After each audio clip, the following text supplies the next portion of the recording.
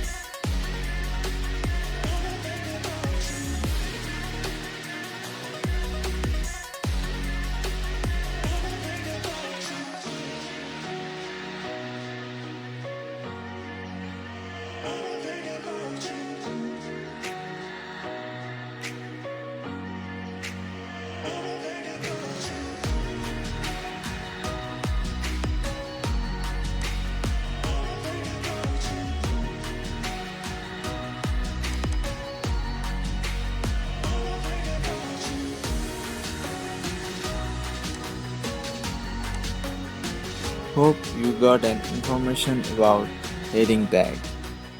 See you in next video.